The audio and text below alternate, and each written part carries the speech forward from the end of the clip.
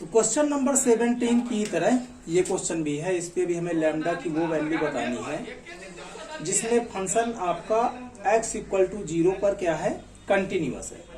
अब यदि ये फंक्शन कंटिन्यूअस है x इक्वल टू 0 पर, तो हम लिखेंगे यहाँ पर since function is continuous at x equal to 0 पर, इसलिए क्या क्या हो सकता है, तो फंक्शन की जो वैल्यू है और जो लिमिट है x टेंड्स टू 0 से थोड़ा सा कम और x टेंड्स टू 0 से थोड़ा सा ज्यादा, ये तीनों ही वैल्यू क्या होनी चाहिए, आपकी इक्वल होनी चाहिए। तो किस पर हमें फाइंड करना है, 0 पर, तो इसको हम 0 पुट कर सकते हैं कि फंक्शन आपका 0 पर जो है और लिमिट और ये लिमिट।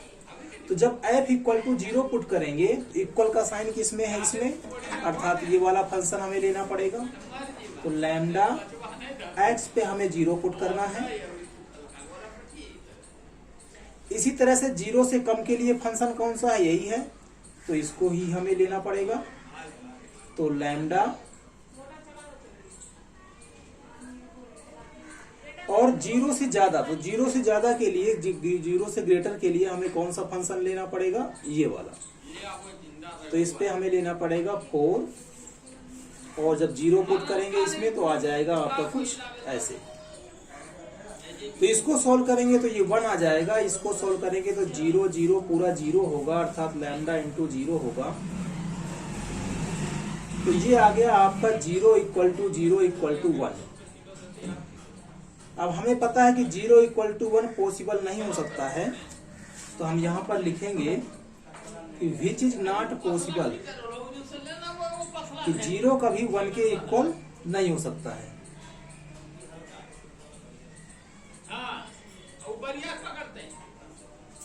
और जब ये पॉसिबल ही नहीं होगा, अर्थात लैम्डा की कोई वैल्यू नहीं आएगी, तो हम यहां पर लिख सकते हैं कि नो वैल्यू ऑफ लैम्डा,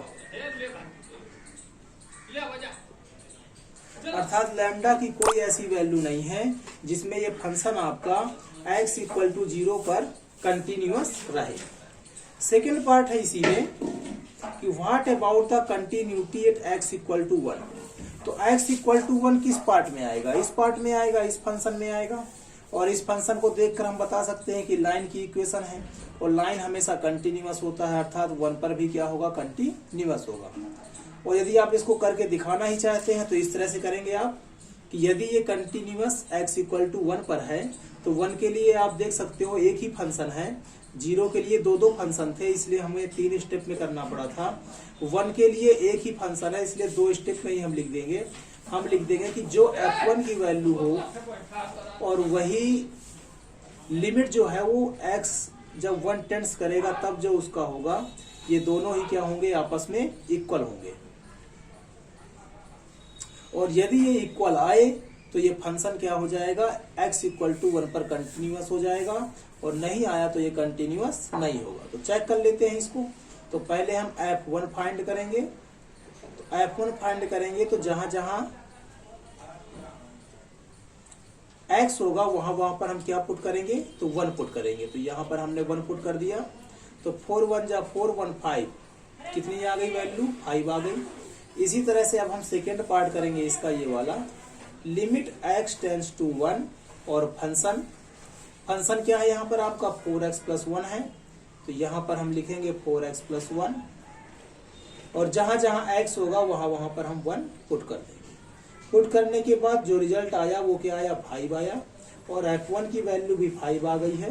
तो हम लिख सकते हैं कि हैंस जो f1 है वो limit x tends to 1 fx के इक्वल है, इसलिए जो फंक्शन होगा वो कंटिन्यूअस होगा एट x इक्वल टू 1 पर।